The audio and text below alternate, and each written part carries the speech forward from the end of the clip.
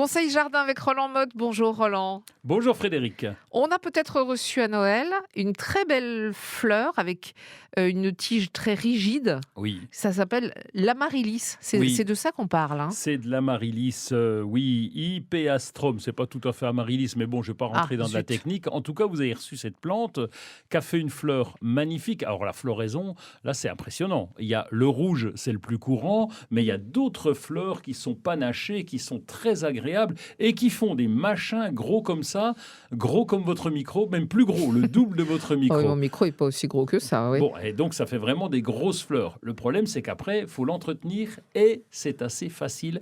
L'avantage aussi, c'est que ça peut repousser d'année en année. Donc on fait quoi?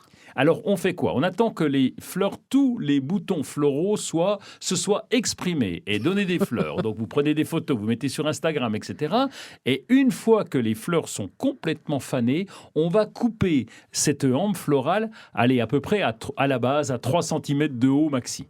Et on va surtout laisser les feuilles, parce que c'est comme la tulipe, c'est lorsque les feuilles se développent que le bulbe reprend ses forces et se prépare pour l'année suivante.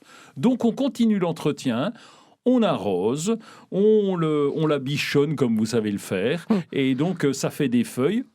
Oui, vous allez me... Oui, je vous pose la question. On a coupé, il n'y a plus rien, il n'y a plus que la feuille là, et on continue à bichonner. Oui, parce que c'est grâce aux feuilles, grâce à la photosynthèse que le bulbe, finalement c'est un gros bulbe qui va reprendre des réserves et il va faire toutes ces réserves pour la floraison de l'année suivante. Donc surtout, il faut bien l'entretenir, il faut bien le laisser s'exprimer, l'arroser, lui mettre un petit goût d'engrais et vous allez voir à un moment que les feuilles vont jaunir et lorsque les feuilles seront toutes jaunes, on coupe tout et on met le pot au repos, dans une cave, dans un garage, on n'y touche plus et on attend l'automne pour réarroser, pour que ça reparte.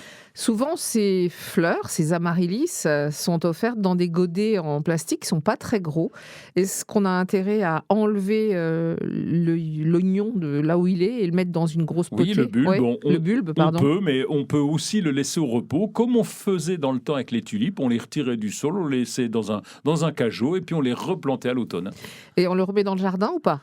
Non, parce qu'il craint le froid, donc il est quand même mieux en pot. Et puis pour profiter de sa floraison, c'est dommage que ce soit dans le fond du jardin.